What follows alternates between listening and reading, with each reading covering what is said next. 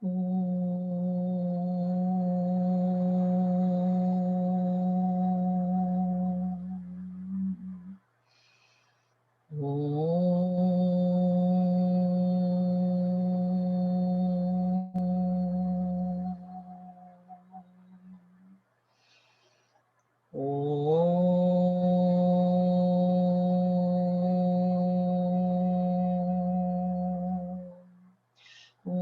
Brahmanandam Paramasukadam Kevalam Jnanamurtim Dvandvatitam Gagana Sadrisham Tattvamatsyaadilaksham Ekam Nityam Vimalamachalam Sarvadhi Sakshi Bhutam Bhavatitam Trigunarahitam Sadgurum Tam Namami. Om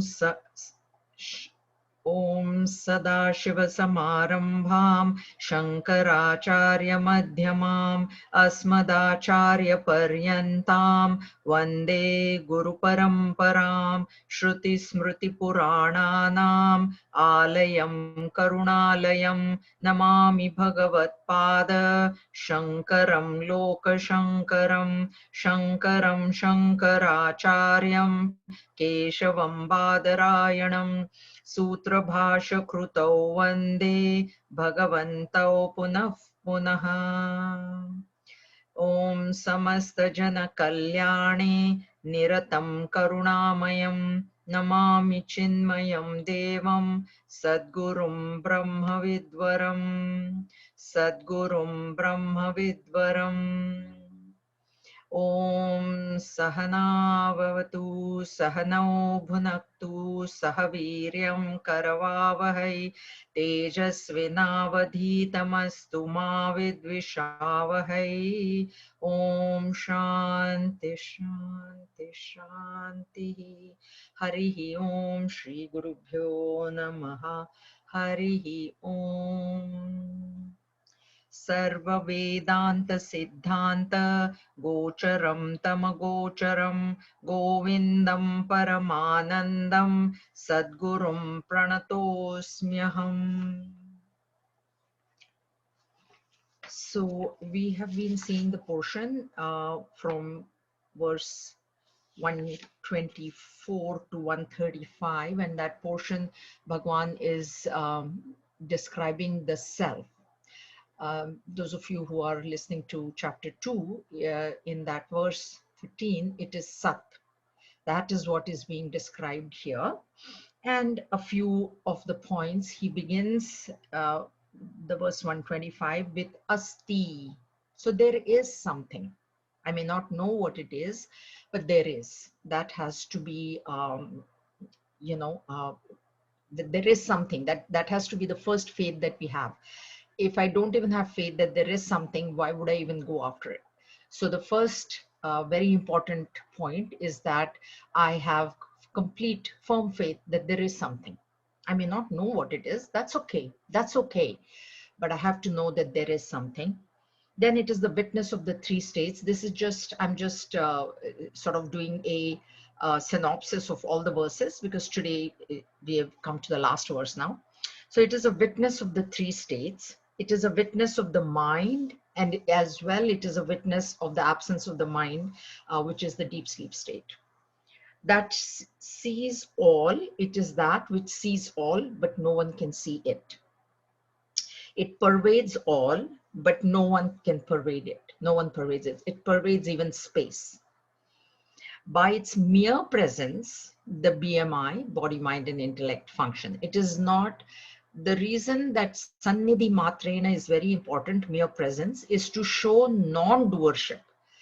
Because see, there is maybe a king or a team leader, and then he's telling, okay, do this, do this, do this. Then the Sannidhi Matrena doesn't work, because that person is talking, he's requesting, or is commanding, or is telling his people to do something. And that part must be very clearly understood, that the self does not do anything at all. I told you, it's like the husband doesn't do anything, but without his permission, Prakriti cannot act. So he's like the husband. So that we must never forget. The non-doership status of the self can never be negated, can never be falsified, can never be challenged. That's why Sannidhi Matrena becomes very important. Okay, then that because of which everything is known. It is there. That is why I can experience the world. If it was not there, I couldn't have experienced the world. It's a conscious principle. And then just as the sun gives illumination, this self, the Sat, gives illumination. Because why? Does it have a reason? Does it have an ulterior motive? No, that's its nature. If the sun were to have an ulterior motive, then the sun would have said, okay, these people are good people, so let me give them illumination and let's not give somebody else. They can't. Sun cannot, and neither can the self. So that's why, because it's its nature. So by nature itself, it has this illumination.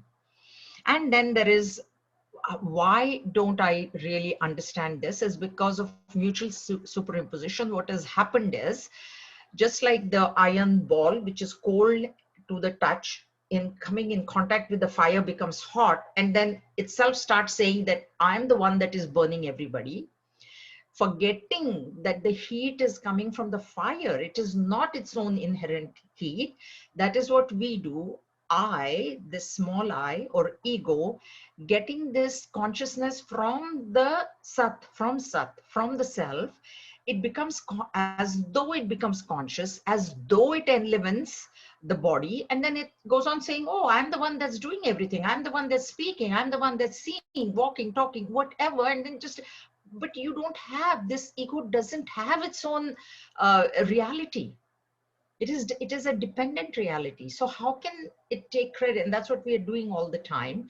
So that's why we have to understand that it, and why is this happening? There is a mutual superimposition that is happening. Anonya Adhyas it is called.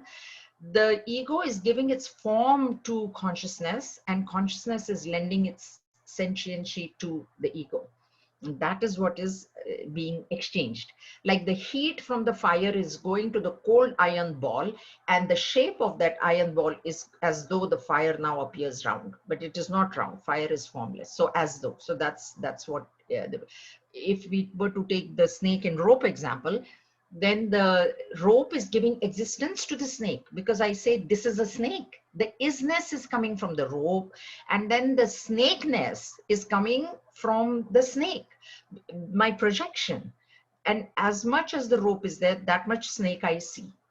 So the rope is being given the shape of the snake, and the snake is being given the isness of the rope. And that is what mutual superimposition is. That's what's happening. And then this Sat neither is born nor dies. I told you it is from Kathopanishad. And then it is different from Prakriti and its modifications. That's where we are on verse 135. We had just finished it. Prakriti Vikruti Bhinnaha. Prakriti is Maya or matter, and Vikruti is the modifications that are happening in this Prakriti. And the modifications we have already seen. The body is going through the 6 changes. If you even outside, if you leave something, it'll on its own, it'll decay, it'll change. So matter is always changing, but this Sat is different from both. It's different from the object as well as whatever modifications are happening to that object. So body is the object and modifications are happening, but the Sat has got nothing to do with it. Only in its presence, all these things are happening. And then it is Sat, Asat, Idam, Ashesham. So it is beyond Sat and Asat. Because if we call it as Sat, then it becomes opposed to Asat. And Sat, the self, is not opposed to anything. It is the one that is supporting Asat. The falsity, an illusion can only be experienced on the substratum of reality. You cannot see the snake unless the rope is there. You cannot. It's impossible. You cannot see the mirage waters unless the sand is there. So this false mirage waters, this false snake has to have a real support. The support is real, but the superimposition is false. So the snake is false, the rope is real, the water is false, the sand is real, the movie is false, but the screen is real. Okay, so that reality, that substratum is this Sat. So whatever is seen is an illusion, but illusion can never exist without a substratum. And that's what it is. Bhasayan nirvishesha. And the supreme self is of the nature. Vilasati paramatma jagrad adi avasthashu. So this self remains in the three states of consciousness, which are the waking, dream, and deep sleep states. In the waking state, it is because of that I can speak, that I can see, that I can hear, I know things. The dream, it is because of that I can see the dream. How do I see the dream? Is because in the light of consciousness only I can see the dream. And the deep sleep, how do I know that the self was in deep sleep? Because I have memory of deep sleep, like I slept well or I did not sleep well. So that, and I knew nothing. In deep sleep, I knew nothing. So that memory is coming from the self. That's what tells me that there was the self. Otherwise, if there was nobody there, how do I know when I wake up that I slept well? How will I know? I can't know. That's what it is. And swaham aham iti sakshat sakshi rupena buddhehe is of the nature of pure knowledge. When we say pure knowledge, again, once again, it is not knowledge with a small k. That is what I told you. The knowledge of all the objects and the subjects in the world, physics and chemistry and these, that, and whatever is with a small k, because that knowledge is opposed to ignorance. I know physics as opposed to I'm ignorant of chemistry. I know one thing as opposed to I'm ignorance of number two thing. Whereas this knowledge, when it's called pure knowledge or knowledge with a capital K, like Gurudev would say it, it is the one that is itself telling me that I know physics, but I don't know chemistry. So both knowledge and ignorance is being illumined by this knowledge, and therefore it is knowledge with a capital K or pure knowledge. And therefore it is not opposed to ignorance. It is the one that is supporting the ignorance. How can something which is supporting ignorance be opposed to it? We cannot posit any kind of opposition to Sat, because Sat is one without a second. See, if I say that somebody is opposed to me, then that somebody has to be here now. Then I can say, okay, I'm better than you, or I'm not better than you. But somebody, if there's nobody there and I'm alone, then where is the question of me being better or not better than anybody else? Okay, that is to be understood. Now we are moving on into a different topic, a different question. So I want to draw your attention to verse 49. And what was verse 49? That was the questions that were asked. We cannot forget that. That is the basis of this entire book. So in verse 49, there were 7 questions I told you. Ko naam bandha is what is now being taken up. So the questions were, what is bondage? How has it come? How does it continue to exist? How can one get out of it completely? What is the not self has been answered. Okay. And the reason you might think that why Bhagwan jumped the questions, right? Because it's number 1, he didn't answer, but suddenly he took up number 6. So number 5, what is the not self? Because it is because of the not self that we are in bondage. So he cannot explain bondage without explaining the not self. He cannot, it is not. So that's why the not self had to be explained first. Who is the supreme self? That also he has explained. Because why? There is Viveka. What is the process of discrimination between these two? So the last question, discrimination, he started with that. Okay. And the process, again, there'll be things will come back again. They'll be repeated. Bhagwan will repeat that, Bhagwan Shankaracharya. So he started saying that discrimination is one of the qualities of a spiritual seeker, and what needs to be discriminated between is the self and the not self. Did somebody have a question? Somebody say anything? Okay. So that's why he explained the not self, and then he explained the self, and now he comes to the first question, what is bondage? This is very important, because when we hear the word bondage, then we think, oh, somebody is like, if somebody is in prison or somebody has tied somebody to a pole, then that's bondage. But we think, I am free to move around everywhere. I am free. Where is the bondage? And so this bondage has to be understood very clearly in the light of Vedanta. Otherwise, we are very free. We are free to do whatever that we want to do. Please understand. Okay, so that's not the bondage. Now we'll see what he says about. At first, he's going to go into self-control, and then he is going to go into bondage. What is bondage? The reply 137 to 142. But before that, 136, he gives us the method to get out of bondage. Just one. I'm going to go prose on this one.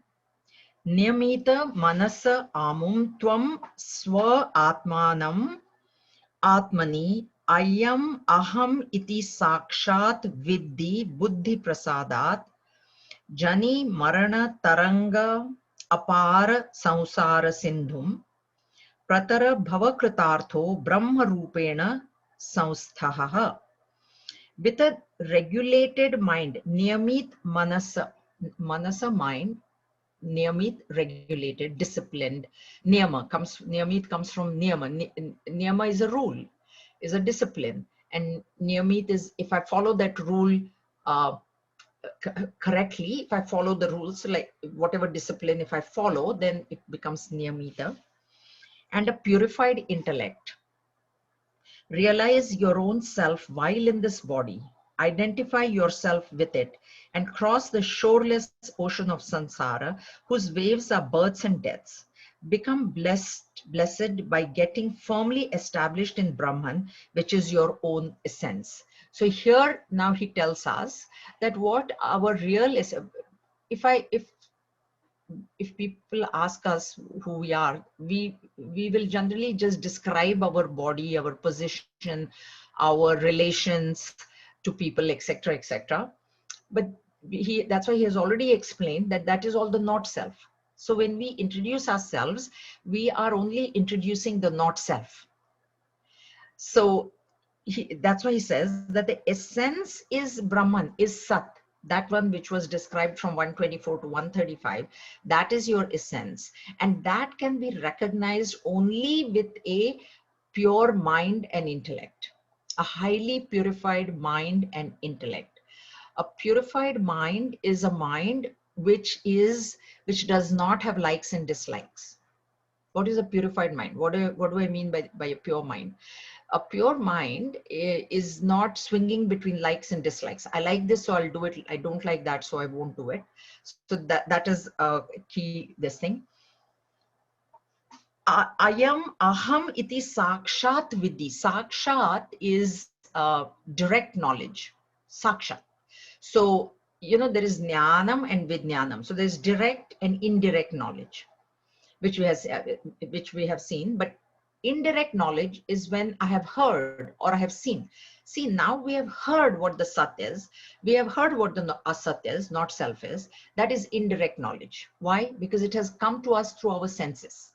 We have heard it. So we have used the ears, we have used the eye to read, ears to hear, and we have gotten this knowledge through the senses. It is an indirect knowledge. Now what he's saying is, Ayam aham iti sakshat vidhi. Sakshat means directly come to experience I am this. I've told you the difference between this and that, right? That is something which is far away from me. Okay, when I say that computer, this book. So immediately the understanding in your mind will be the computer is far away, the book is closer. That book, these eyes are closer. Those eyes, this mind. So the final this is the self. This mind, that mind, this self. The self is the final point. Beyond that, you cannot go. There is nothing beyond that.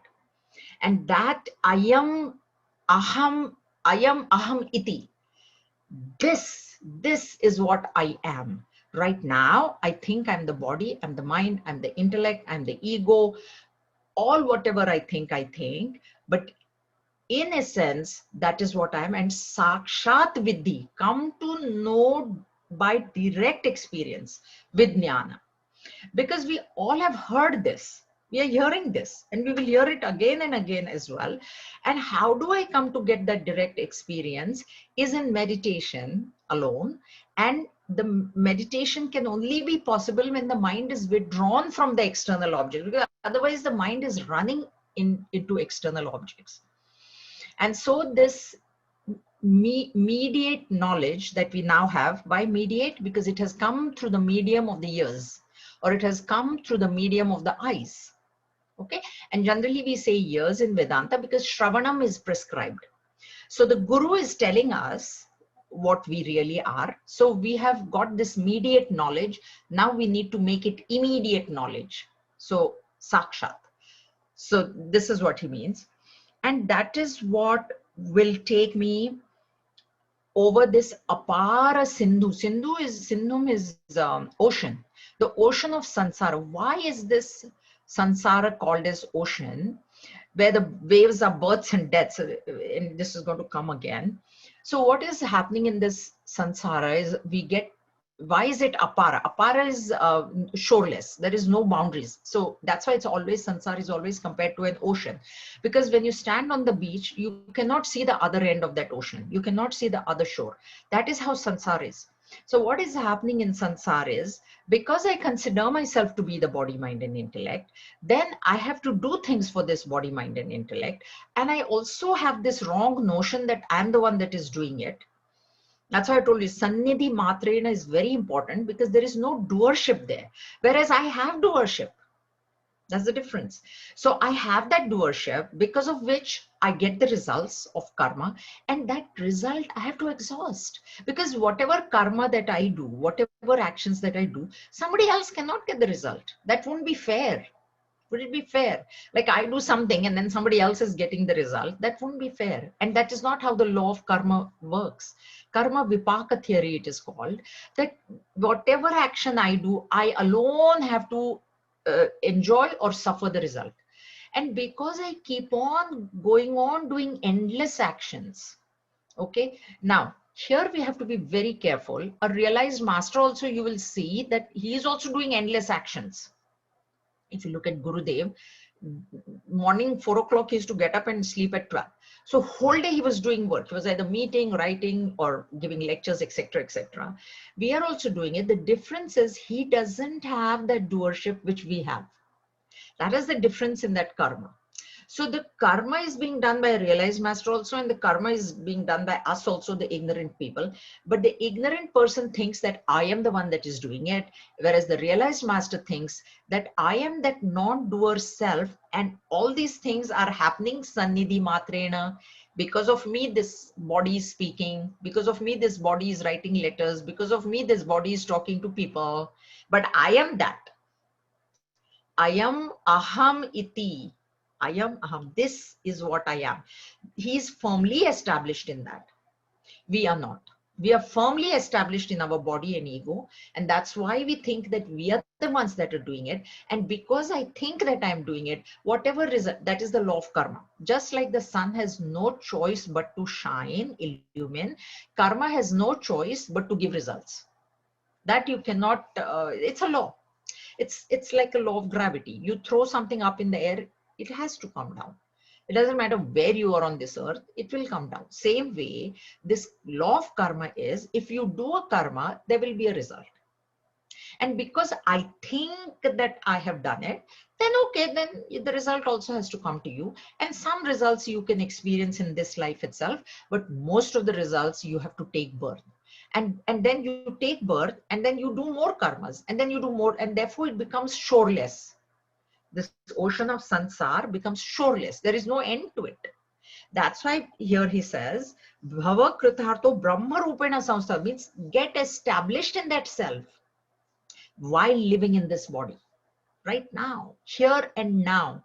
Jivan Mukti is here and now. It is not after death. After death, there is only birth. This is how Gurudev would put it. After death, there is only birth. So you right now, you consider yourself to be the non-doer. Get established in that.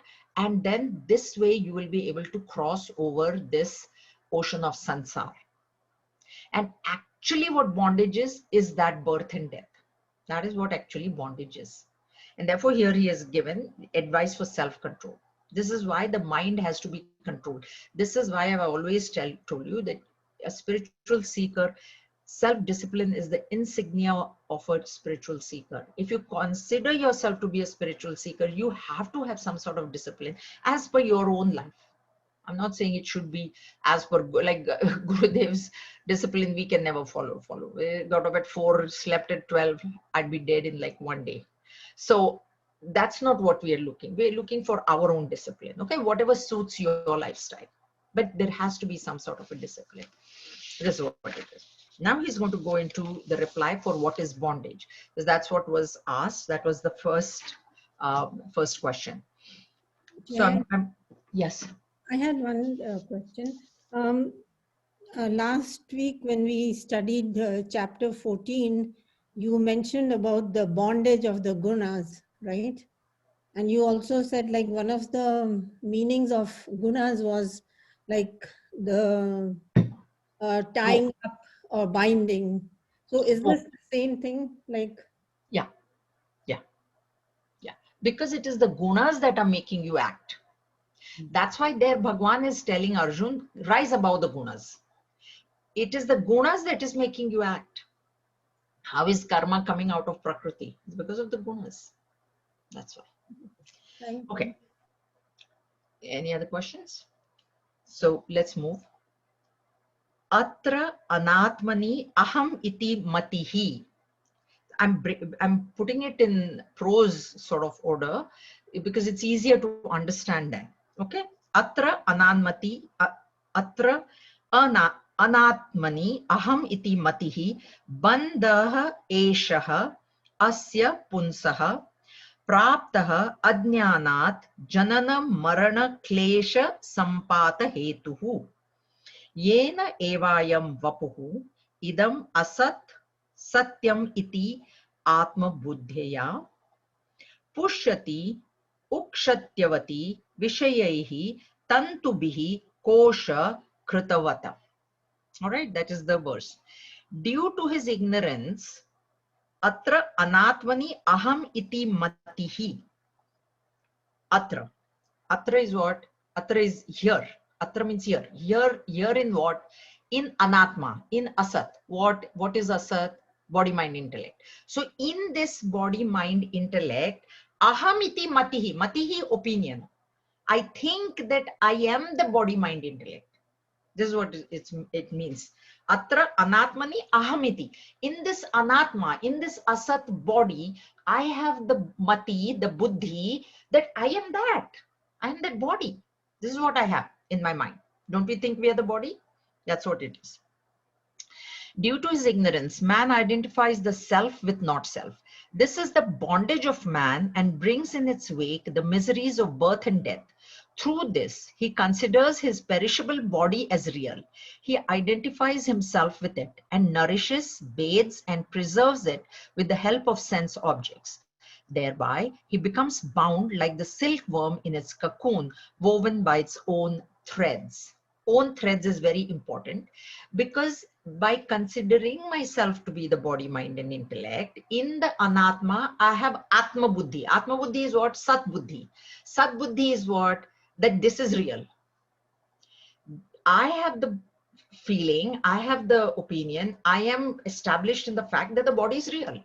And when I say body, mind, intellect, it's very real.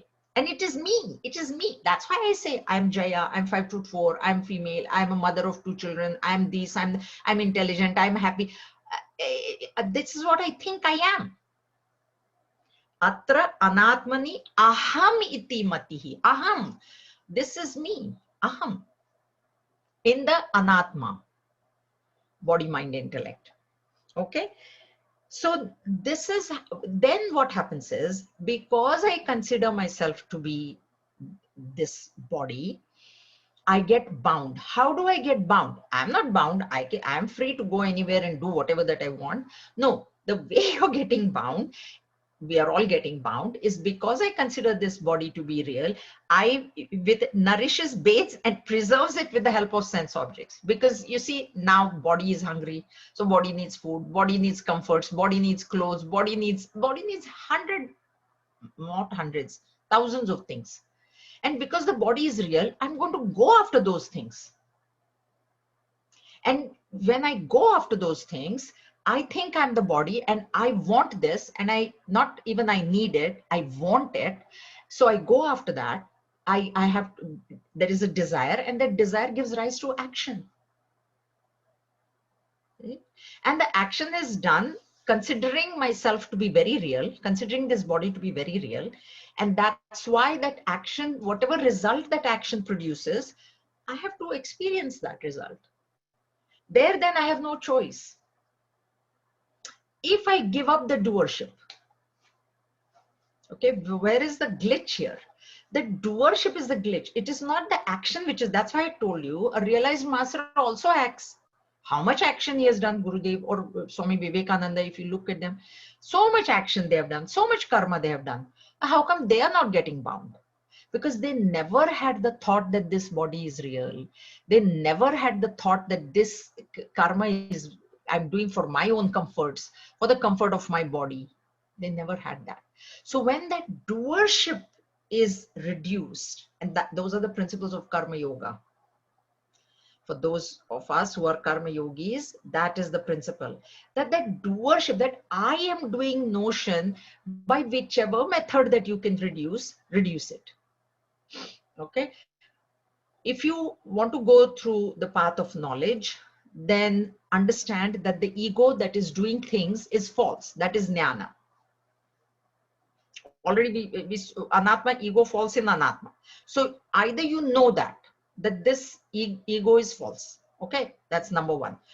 If you are a bhakta, devotee of the Lord, heart oriented, surrender that ego to that Ishtadevata of yours. That, oh Lord, I could not do this without you. That is surrender. You surrender it. Okay. Karma yoga, you can surrender it to a higher altar. So country, you know, when Mahatma Gandhi did so much work, right? Bhagat Singh, Lokmanya Tilak, all the freedom fighters, how much they worked. I was just reading somewhere when Lokmanya, I heard it on one of the YouTube videos. Lokmanya Tilak was in jail. He was put in jail in Andaman. If you know, he was in the Andaman jail, right? And his wife died at that point. And so the news was given to him by somebody that your wife has died, and he didn't show any emotion. And the person asked him, he says, did you not love your wife? He says, yeah, I did love my wife. So are you not grieving for her death? He said, I don't have time to grieve because my mother is in jail. My country is in, bondage, in slavery.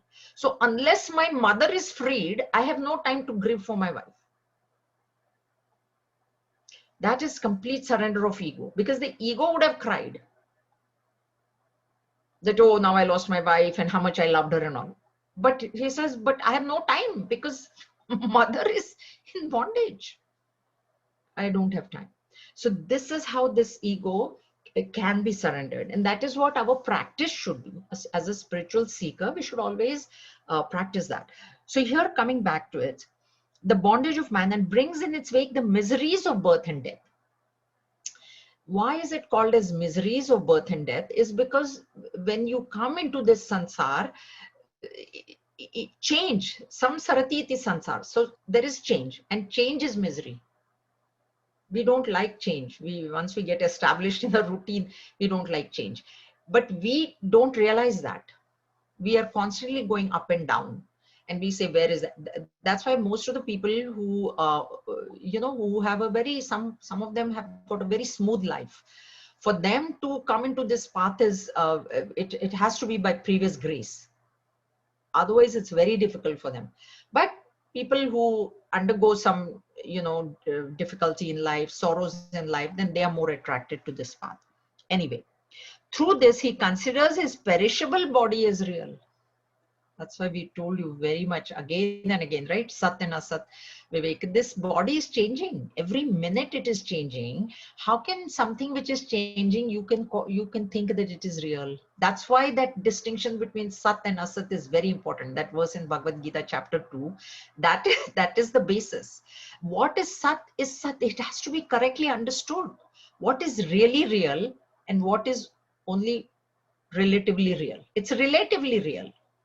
You're not saying it's false. It's relatively real because it is here today. The body is here today, but it wasn't there before birth. It's not going to be available after death. And that's why the body becomes asat. And also, if you take the body to be real, then the question arises, which body is real? Were you born with this whole body? No.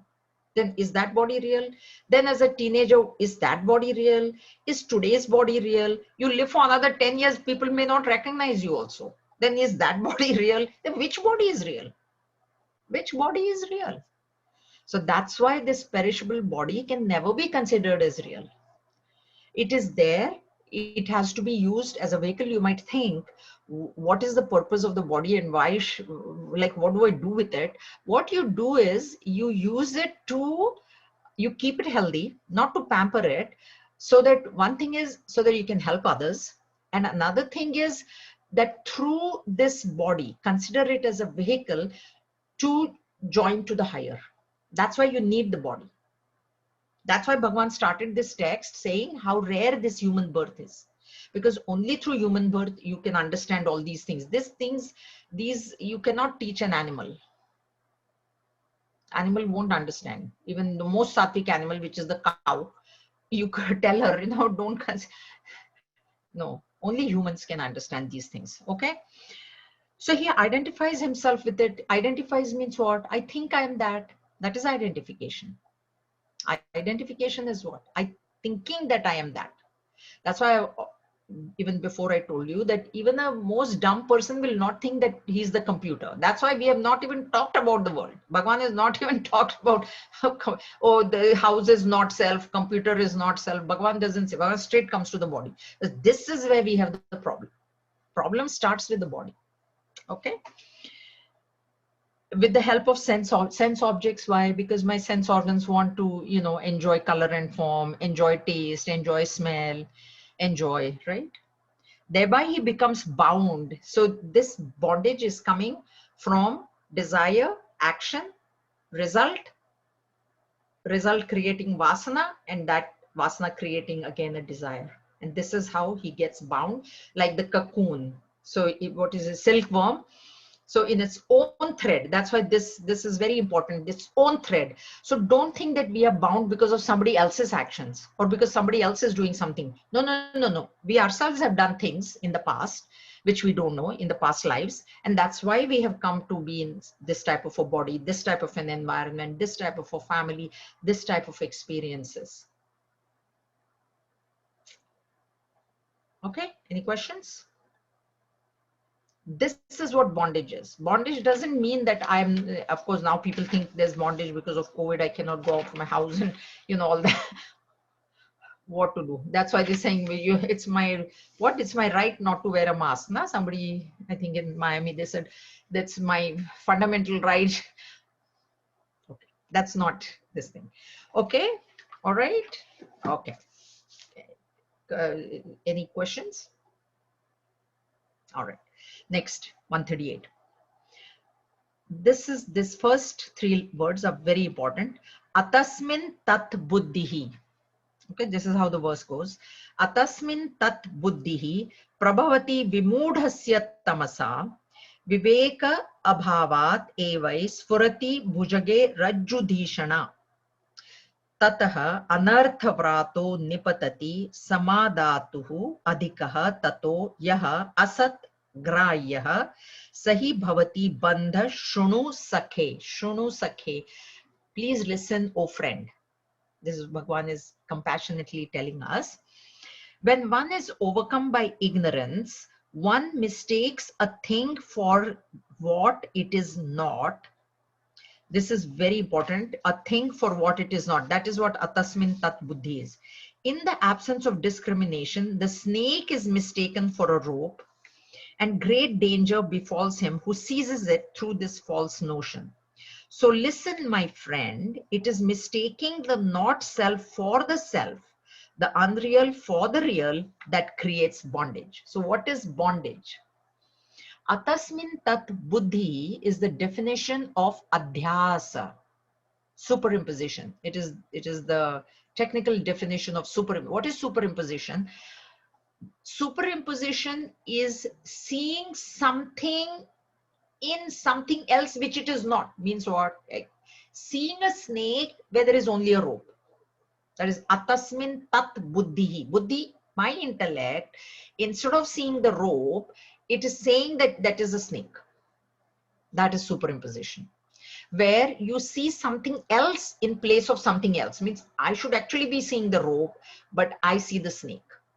And that is what super, and therefore this superimposition, Bhagwan is saying, is what is happening. So in this body, mind, intellect, which is anatma, I see the self.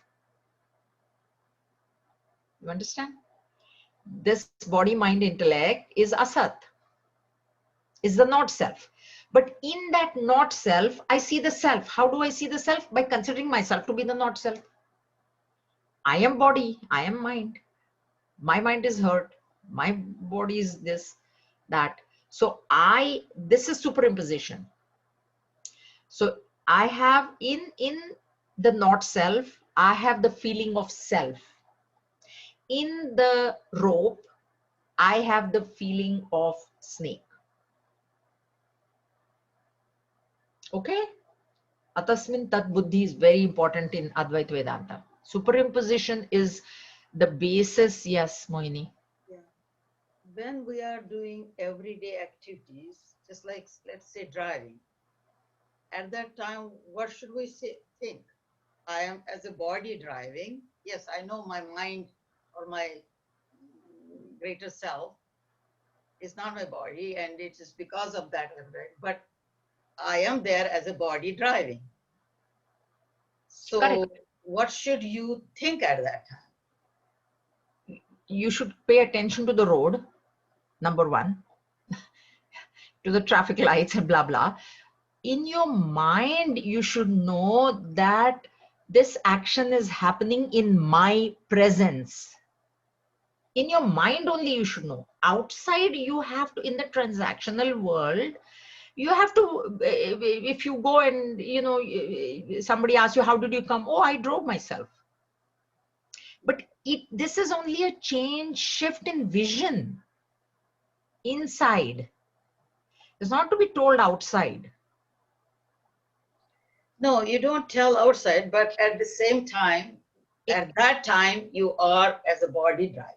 Yeah, that's why when you're driving, when you're doing things like driving, etc., if your full mind is on driving alone, if your mind is in that moment, you are one with Brahman. Honestly, tell me, while we are driving, how many other thoughts are going through our mind? Lots. Yeah. Yeah. Right? Are we really paying 100% attention to the driving?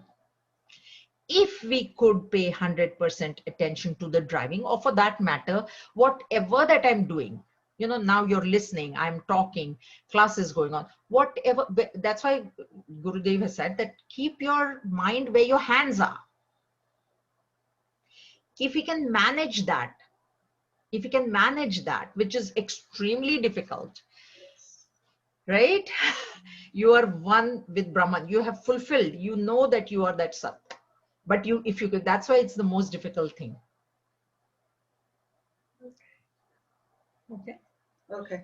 In your mind, you should know. That's why Guruji has given us that thing: outside drama, inside drama. Outside, you do your drama. They ask you age, when were you born? This is my birth, everything you do. But inside, no, I'm not born. But don't tell that. Give your birth date, passport, this, that, citizenship, everything. Okay, Prabhavati Vimudhasya Tamasa. Prabhavati rises. So how does this Atasmin Tat Buddhi rise? Like, how did I come to know that this body is me? It's due to ignorance. And ignorance of what? Ignorance of what I really am. That part is covered. So the ignorance of the rope is what is telling me that there is a snake there. I'm ignorant of the rope. I'm ignorant of the substratum. That's why I see the snake. Vimudhasya, so Visheshena Mudha, very, very foolish person.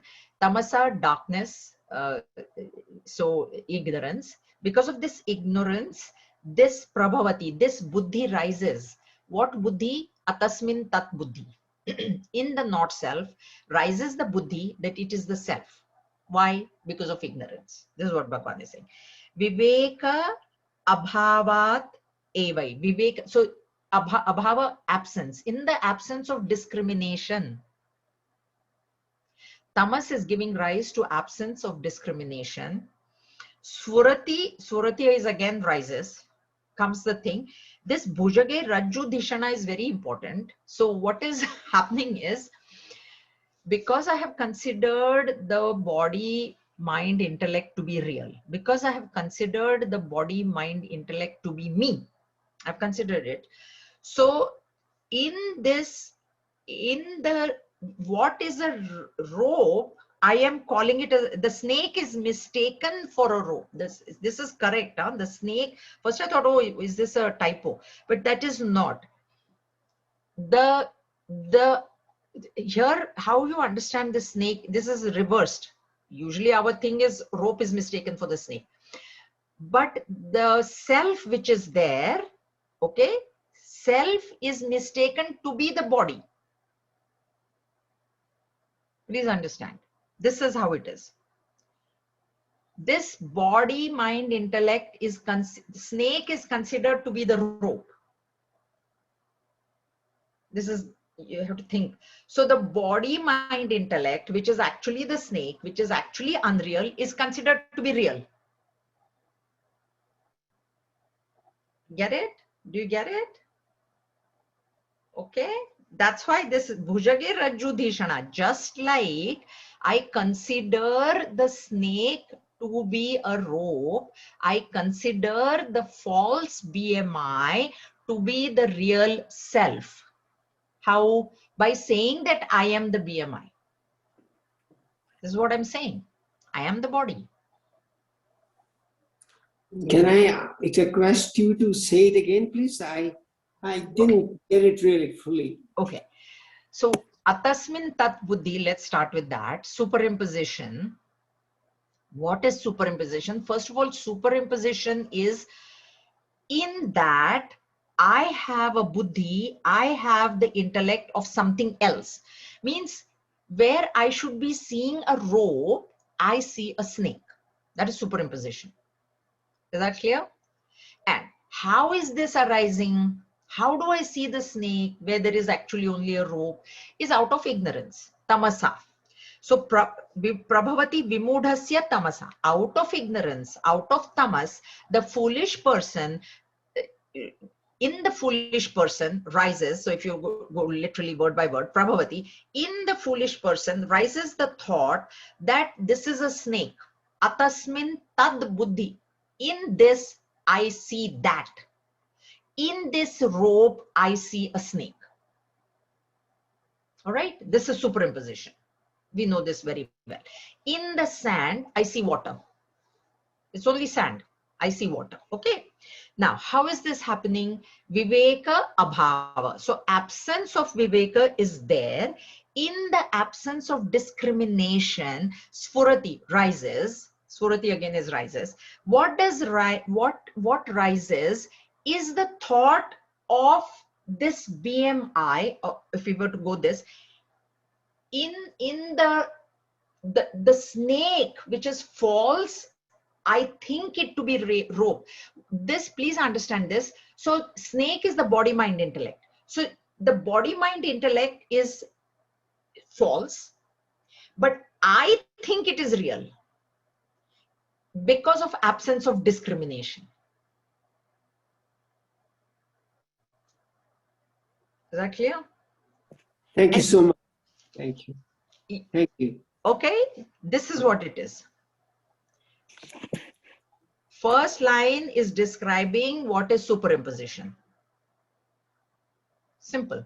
Superimposition is there is a rope in the room. I walk in, there is not enough light, and I considered it to be a snake. That is superimposition. Atasmin tad buddhi. This atasmin tad buddhi is very important. It's a technical definition of adhyasa given by Bhagavan Shankaracharya in his Adhyasa Bhashya of Brahma Sutra. So this is important. In this, I have a feeling of that. This rope is that snake. Superimposition. It is this rope, but I think it is that snake. All right. And this is happening to the foolish person out of ignorance. Tamasa. Ignorance of what? Of his real nature. Okay, this first line clear. Second line, in the absence of discrimination, what happens is he takes the false to be real. So he takes the snake and he thinks it is the rope. In case of the rope and snake, it actually doesn't happen. But why Bhagwan is saying that is to tell us that you have taken this body, mind, intellect, which is unreal, you have taken it to be real. And how? In the absence of discrimination. That's why this discrimination of Viveka becomes extremely important. Is this clear? It's a little bit tricky, but you understand. First line is describing, and that is very easy for us because we have said that many times. I walk in, there is, but we never said, oh, you take the snake as a rope. We don't take the snake as a rope. That is an example. What we are doing is this body, mind, intellect, which is like the snake, I'm taking as the self. Okay? Think about it. Tato, then what happens? When I take this body, mind, intellect to be real, to be self, then what? Anartha vrato nipatati. Anartha happens. Anartha means not good. Anartha is not good. How is he translated that? Great danger befalls him. Great danger. So anartha is great danger. So suppose you grab a snake, this is what we are doing. We are grabbing onto the body, mind, intellect to be real, to be me. And now there is great danger. Why? Because the body is real. Then all the desires of the body are real. Then all the actions I have to do to fulfill those desires. And then those actions are giving me result. And then to experience the result, I have to come back again. That is the anartha. That is the bondage. That I have to come back over and over and over again in this samsara to fulfill the needs of the body, which I consider to be real, which I consider to be me, myself. Samadhatu adhika tataha asat grahya. Asat grahya means what? Asat, what is asat? Grahya is to grasp. So what I've done is this snake, which is asat, or this body, mind, intellect, which is asat, I am holding on tight to it. Am I not? I'm preserving my body. Don't hurt me. Don't say these things to me. Then I get hurt, and then this and that, and I nourish my body, you know, with all these things, right? Sahi bhavati bandha. When you take the not self to be the self, and you grahya, you grasp it tight, hey friend, oh friend, that's where you are now bound. Question was, what is bondage? In one line, bondage is taking the body, mind, intellect to be real. That is bondage. You take this false thing to be real, then endless actions, no? Because endless desires. So endless actions, so endless results, so endless births. That is what bondage is. Little bit of a tricky word. I think the trick in this is what we're calling unreal, we have to use the intellect, which you're saying is unreal, to decide, yes, this is, I think that's where the trick is. Because you're saying body, mind, and intellect is unreal. But we have to use that to decide it's correct. Correct. And by unreal, I don't mean it is not existing. By unreal, I mean it is not there in all the 3 periods of time. That is what unreal is. So yeah. It is available to me today. Use it. Use it to transcend it. Because it is available to me at this moment. It may not be available to me tomorrow. Maybe it was not available to me yesterday, but today it is available to me. That's why this moment is the only moment that we have. We don't know what is going to happen at the next moment. The future is false. The past is dead. Why is the future false? Tomorrow never comes. When tomorrow comes, it becomes today. There is no tomorrow. There is no tomorrow. And we keep saying, tomorrow I'll do it. Tomorrow I'll do it. Tomorrow I'll do it. After retirement, I'll do it. You don't know if you're going to retire. Do it now. Do it today. I'll be leaving now. I'm joining Swamiji's talk that starts in a few minutes. Oh, Swami Surupananji. Surupananji, yeah. Go Okay. for it. Thank Hindi. you. Hindi talk. Is it Hindi tonight? No. This is a special talk. It's not the Hindi lecture. No. Okay. Go for it. I'm sure you We're got. almost done. I'm sure you got the message. Okay, hurry on. Hurry on. Any questions? Jayaji, we talk about two things, I don't know how the prime sin or whatever we call it is projection and veiling. Is that similar to the context of this text from superimposition and lack of discrimination? Is that synonymous to that concept? See, veiling and projection are the two powers of Maya. Okay. They cause bondage. That is how it is to be understood. That's why we can say that they are bondage. But actually what it is there is a veiling caused by tamas. The veiling is caused by tamas and the projection is caused by rajas. Okay. So what is happening is when I walk into the room, the rope is veiled because of tamas. And then I project a snake on it. That's why we also say that you can project a garland, that maybe people are waiting there to honor me. That's why both happy and sad, they're projections. And that is what is bondage. That is what causes bondage. So that is what it is. Veiling and projection will come many times. It's very important. Those are the two powers of Maya or Prakriti. She has two powers. Maya has two powers. She veils and she only makes you project. And that's what happens in bondage, yeah? So our ignorance of that is causing all this bondage then? Absolutely. Absolutely. Because I don't know that I am Brahman. I think I'm the body, mind, intellect. Then all this thing starts. That's why, like Abhimanyu said, we need the body, mind, and intellect, but that I need the body or the body is my vehicle. When I say there is a distinction between my and vehicle. Correct? This is my car, I say, right? Am I the car then? So that's why we must always say, this is my body. And if the body needs any kind of medical attention, please do it. Please. We're not saying no. Why? Not that people should think I'm so beautiful and I look young, not like that, but I need this vehicle to transcend. See, why we do things is very important. The why of things is extremely, why am I doing this? So if in your mind, you don't have to explain it to other people. In your mind, you know that you are taking care of the body because you need the body.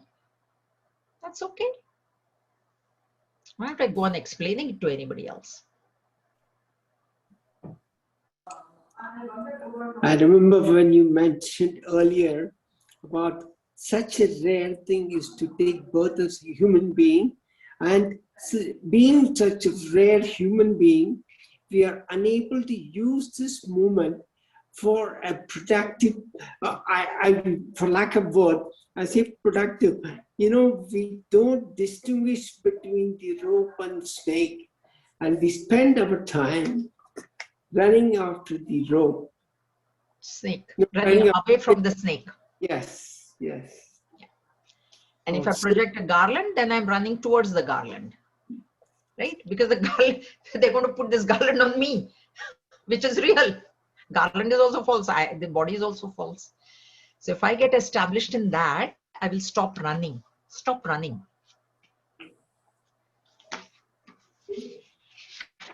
Okay, any questions?